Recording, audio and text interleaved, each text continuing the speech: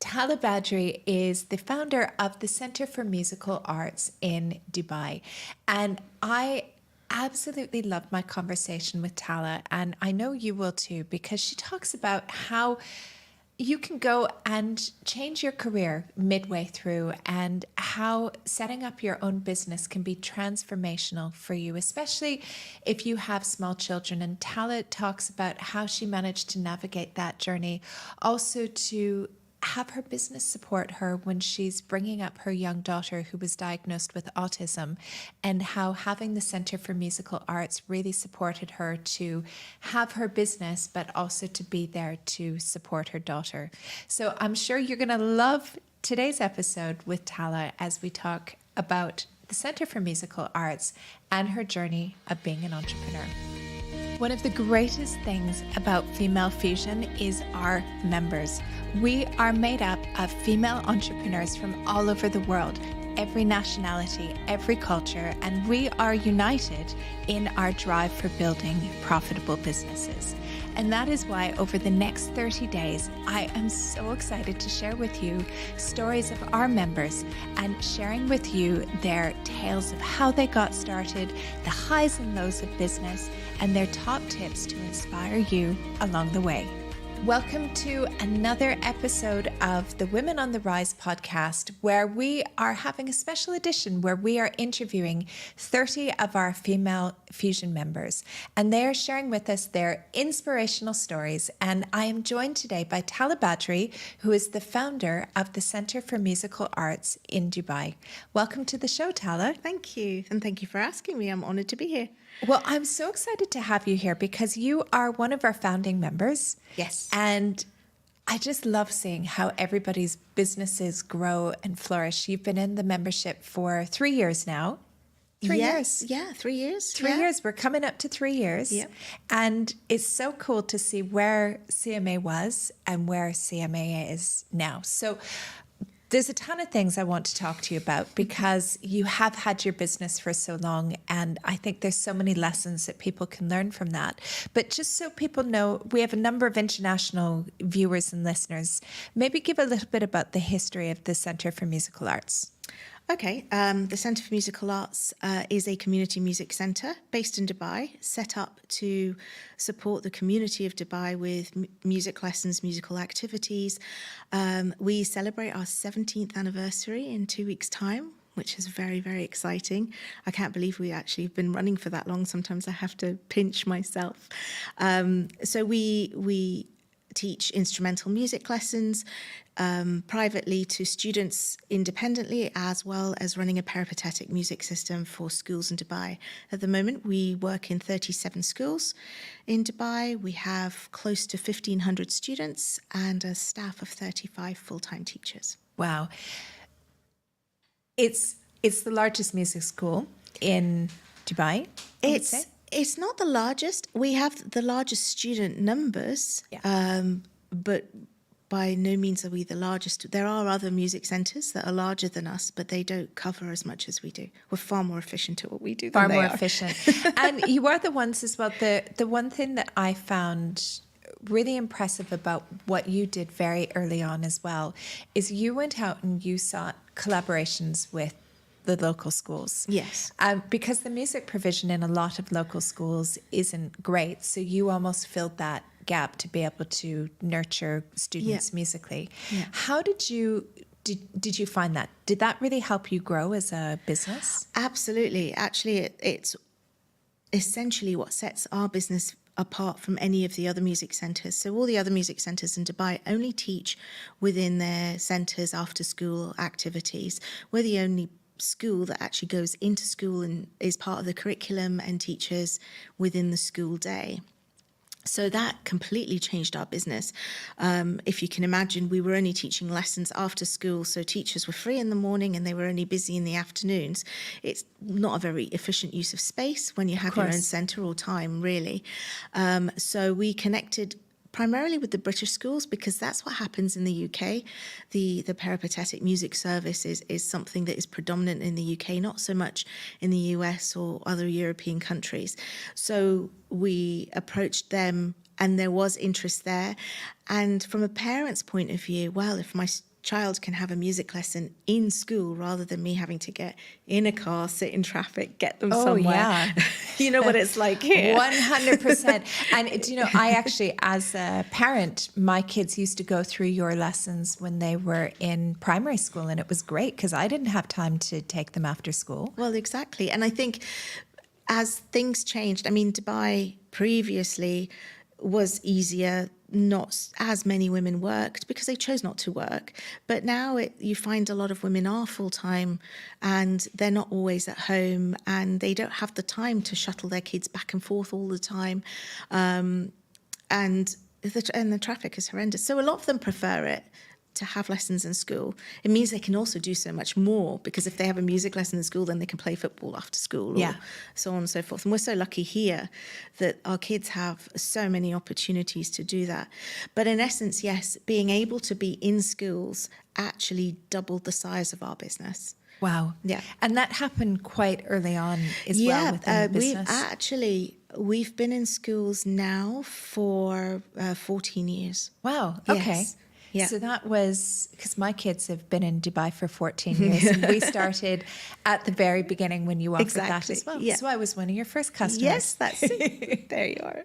So the CMA was your first business, but this wasn't your first career. What did you get into before you started the CMA? So when I graduated from university, I have a degree in music. I came back in the early 90s to Dubai and I tried to find a job in music. And at that time, it was really difficult. I couldn't find anything, not even a teacher. There were very few schools that actually taught music and they had already established music teachers being there. And I thought, well, what am I going to do? So I actually went back to uni and I did another degree. I did a degree in business and languages. Okay. And when I graduated from that, I got picked up straight out of university onto a graduate training scheme for Barclays Bank.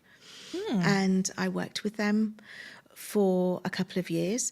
And I enjoyed the experience, but it really wasn't the job that I wanted to do. So I was with them for 2 years. And then I met somebody and applied for a job in HR because I like people. Good with people. For Mars, the chocolate company. Okay. And I ended up working with them for 10 years. And I started in payroll and I worked my way up through the 10 years I was there to end up being the HR manager for Middle East, Africa and India. Big job. Big job. Yeah. Yeah, at senior management. And did you have to travel a lot as well? I travelled every 6 weeks. Okay. And I would be gone for days on end. But you have 2 kids. Yes. So how did you manage that with 2 kids? I did all of that before I had kids. And I loved that job. I mean, it was fantastic. It was one of the best companies to work for. And I learned so much because as part of the company, you have to go through training in every single department. So I was in sales for 6 months, finance for 6 months, HR for 6 months, marketing for 6 months. So, Fantastic. It was the best training ground I ever had. Well, especially for running your own business eventually as well, right? Yes, but at the time I didn't think that. I just thought, well, I'm having a blast here. Yeah. This is great. And I'm getting to visit so many different countries in the world and set up systems. I worked in factories and, it was just, for me, it was really exciting. It was something so different. And I had my first child and I went on maternity and then I went back to work, but I really couldn't do the work that I was supposed to do because traveling with a baby was just so difficult. I would have to go to India and be there for a week and come back, and then I'd have to go to Morocco and be there and then come back. And so I tried to find another job within the company at the time, but there wasn't anything.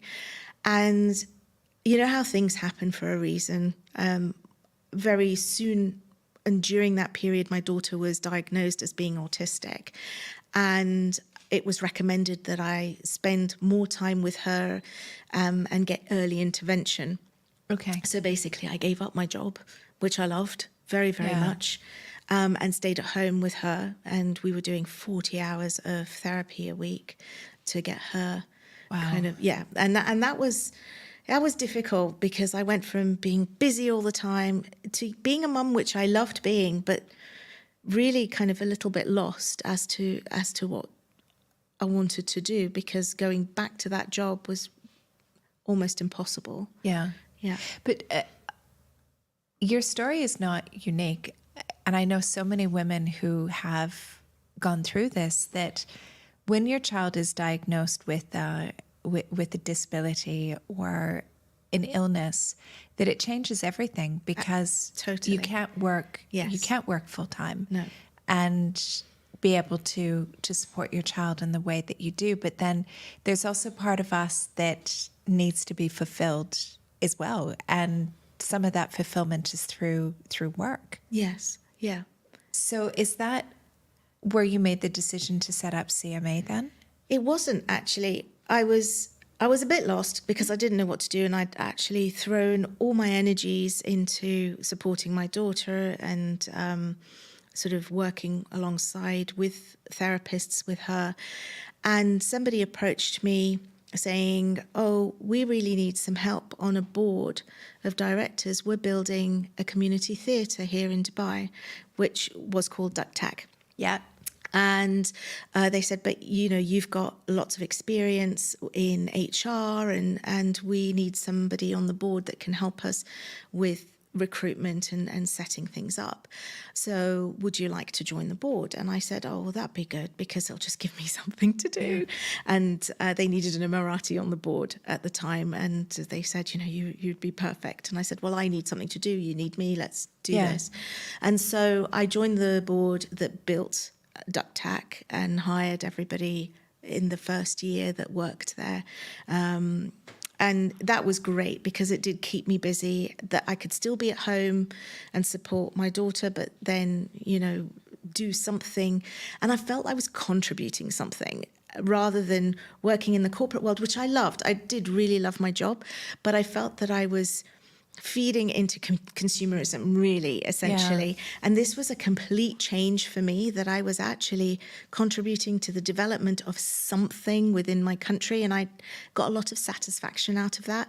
And that was my first, I really actually enjoy this. I wonder if I should look at doing something like this a little bit further on. And as it turned out, after they built the theatre and the arts centre, they had some extra rooms. And one of the co-founders at the time approached me and said, "Well, why don't you set up a music school?"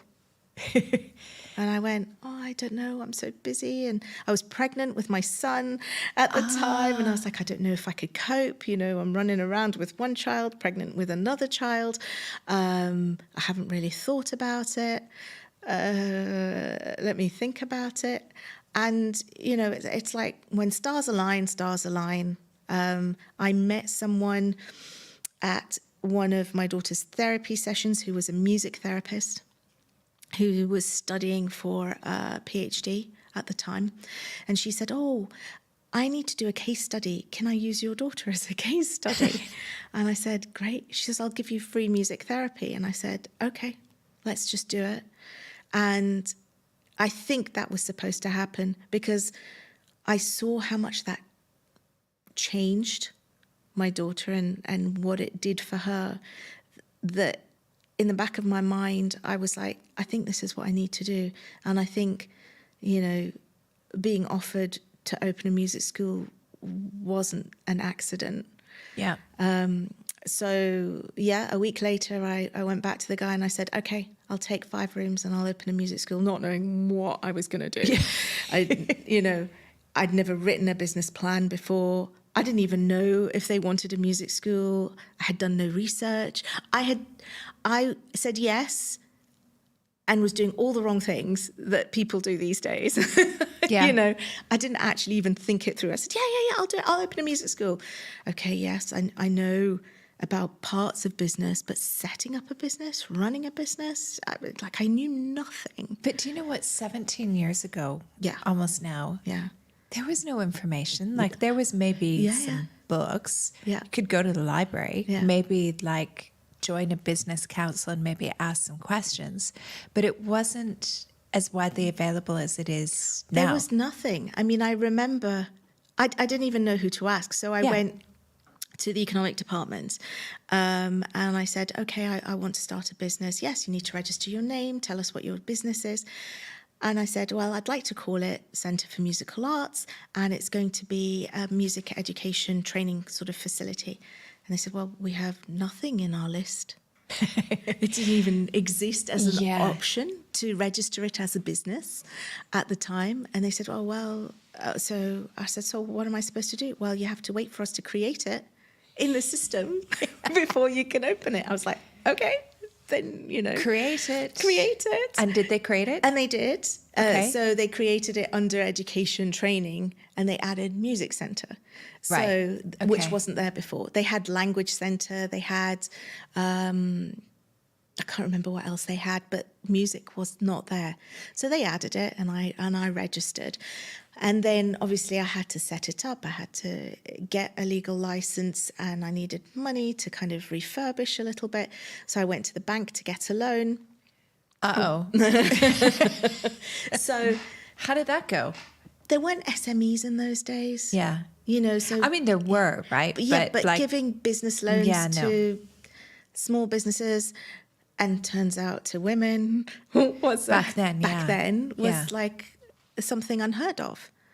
So did they say no?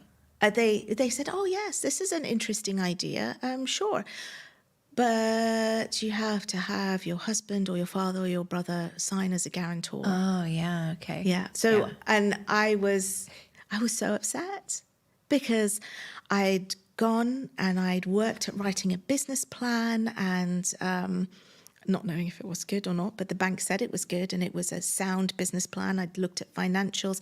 I'd gone and done a little bit of research, sort of asked around, talked to people about interest in music lessons and that sort of thing. And I was starting small. I mean, 5 studios, it's not huge. Yeah. And they were like, yeah, this is interesting, but this is what you need. And I fought and I said, I don't need, someone to guarantee me. But they would only accept. And, and my husband at the time said, oh, just let it go. I'll just sign it. It doesn't matter. Yeah. I said, I know, but it's the principle. Like, it is really bothered me then. I mean, things are so different now. It's like... That would never happen now. No, absolutely not. It's completely different. But it is like, as a woman where you're trying to establish yourself and set up your own business, to have somebody at that point say, oh, you need your dad or your husband. Yeah. And you're like, no, I'm going to do this by myself. Yeah. Wow. Yeah. And so you got the loan in the end. All of that, rest was history. Yeah. I want to go back and talk about your daughter, Sarah. Yes. Who is just a remarkable young woman. And having CMA allowed you to spend that time with Sarah. Absolutely, yes. Because it just meant that I could work on my own schedule and be with her. But I think what I didn't anticipate was how much time running and owning my own business would take, and how personally invested in it I would get. Becomes like another child. It does. It does. So, I had a newborn. I was juggling a newborn and a 4-year-old, and but it did mean, and I'm really fortunate. I have my family here. I have my parents here who are incredibly supportive. So when I needed to, I could leave Sarah with them and Ali, my son, and still be able to do things. So that helped a lot, for sure. But it did give me the time. And the fact that we had done so much early intervention with her, she actually then got into mainstream school, which made a huge difference. And Sarah's a remarkable young woman. She is, yes. Maybe, I'd love for you to share with people about what Sarah's doing now. Well, Sarah's at home at the moment trying to decide what to do with her life. She, like most graduates. And do you know what? I'm trying to empathize as a woman and as a parent, and who also graduated, but I was so lucky. I went to a job straight out of university.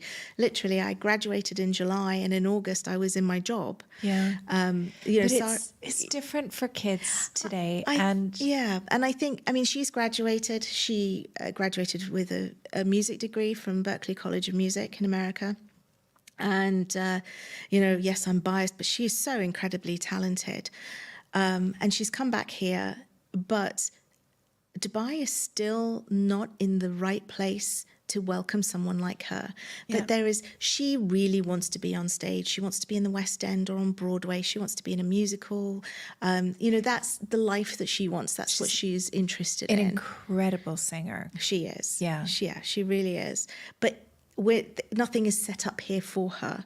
So, and also because she's from this country, trying to find work abroad is really quite difficult. America, the whole system in terms of visas and getting jobs is just so convoluted is the only word I can think of. So she's hoping to apply for a master's in the UK, and then from there hoping to maybe get auditions to get on the West End.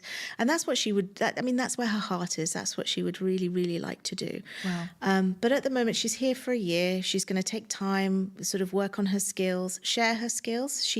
I was going to say, are you going to put her to work in the CMA? No. Okay. No. She lives with me. She can't work for me. Yeah, that's probably enough. Yes. I think she needs to find her own way. Okay.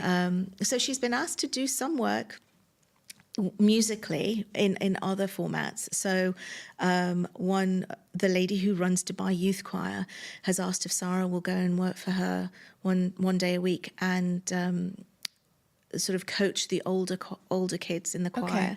And Sarah's very excited about that, which is really good.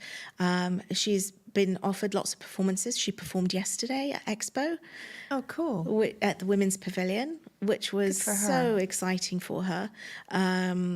So she's, she'll be busy, not as busy as I think she would like, and not doing what I think she really wants to do.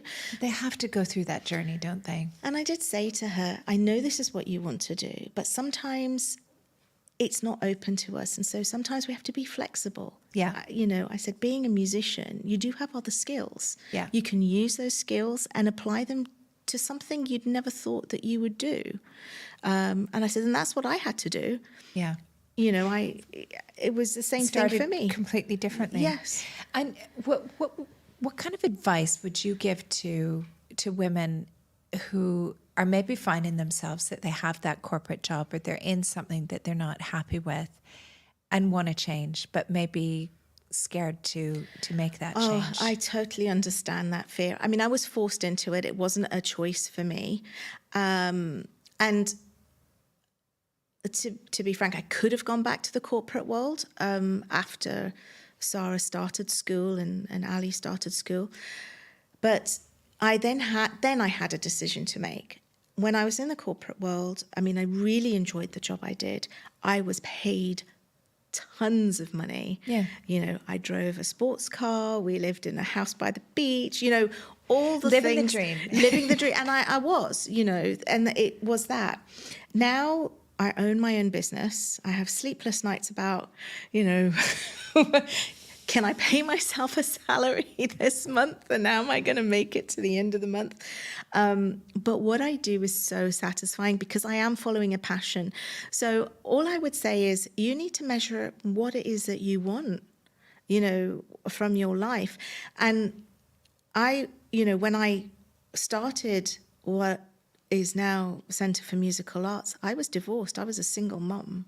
And so I also had to earn money, and I could have gone to corporate, but I didn't, because I thought, no, I want to make a difference. This is what I want to do. And my heart was telling me this is what you need to do. So it just depends what you want, really. And it's the doing something on your terms. Yes. And knowing that you're making a difference. And a lot of women are motivated by that when they go into business. Absolutely. And that is what motivates me. I mean, that's what keeps me going, is that okay, like everybody else, I came back from the summer. I had a summer holiday. It was awesome. And I just thought, oh, I'm not ready to go back yet. But we started on Sunday and I walked in and all these kids were coming in and, you know, hi, miss, how was your summer? I did this, I did that. I didn't practice anything, but here we go, you know. And I was just, but the fact that they were happy to be there, and I was like, do you know what? I'm happy to be here too. You know, and it reminds me that I am like, I see this child once a week, but maybe they'll still remember me. I mean, I still remember my music teacher because she had such an impact on me, and I'm still in touch with her. And I have kids that I taught who still keep in touch, you know, and they're married and they have kids, and I'm so excited. One of them's coming back to work for me. Isn't that beautiful? I know. It's like a full circle. Somebody who used to have lessons has gone away to university, has done their first few jobs, has applied and said, I want to come and work for you now. So cool, isn't it? It's brilliant. And I feel Incredible. Like that's what I want. That's the difference that I've made. Now I've just got to do it with an Emirati, if possible. That would be amazing. It would. You will. Yes. You will. Yeah. Amazing. Yeah. And so you've been in Female Fusion for over 3 years. How have you found being part of Female Fusion? Has it been beneficial for you in business? So I had a question the other day when I was in Abu Dhabi, and they said, oh, what was the most challenging thing that you've been through? And every time somebody asks me that question, it's a different challenge because you go through different challenges. But the most challenging thing was the pandemic. Yeah. And I said to them, I said, I'm part of this female business group called Female Fusions. And I can tell you that at my lowest point, all I had to do was post and say, I can't do this anymore. I remember a couple of those posts as well. And I can't even tell you how many comments. No, keep going. We're here for you. How can we help? What can we do? You called me. Kelly called me and said, right, how can we help you? What can we do?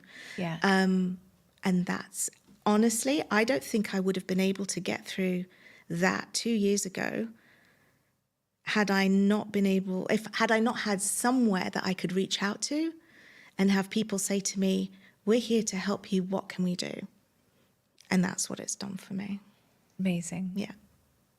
I'm really happy that we could be part of your business but and even more so because all my legal stuff is done by a Female Fusions circle member.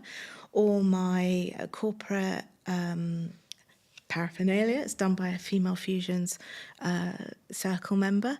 And we all sort of help each other out, right? Yes. And this is how I've been able to grow my business. Yeah. In the last 18 months, coming out of the pandemic, having to almost start from scratch, I've actually been able to grow my business, which I never really thought I would be able to do because of all these connections and these contacts and the collaborations and the things I've done with other members in the group where we've done different events together, and the networking has been amazing. Yeah, I mean, your network is your net worth, right? Well, exactly. Yeah. Yeah. And I wish more small businesses would realize that. I think a lot of female entrepreneurs are always afraid because if they feel that they're on their own, and to actually go to a networking session and just stand there and go, okay. Yeah. You know, it's very overwhelming. But ours aren't like that. No, they're not. And it's all because someone will always come up to you and say, hi, I'm so-and-so. Yeah. What do you do? You know, I know someone who you should talk to. Yeah, exactly. Which is the way it should be, right? Yeah, you shouldn't be made to feel uncomfortable. Yeah. Yeah. Well, Tala, thank you so much for sharing your story and being an amazing member of Female Fusion. Thank you. And thank you for being there for me. Oh, you're welcome. And so much more to come from the Centre of Musical Arts. Inshallah. Inshallah. Yes. Thanks, Tala. Thank you. Thanks for listening to the Women on the Rise podcast and our 30 most inspiring female entrepreneurs. If you are inspired by today's episode, why not come and join us in Female Fusion? We would absolutely love to have you. This is where you will be able to connect with the most incredible female entrepreneurs who are all committed to building a most profitable business. All you need to do is head over to femalefusionnetwork.com/join. I look forward to seeing you on the inside.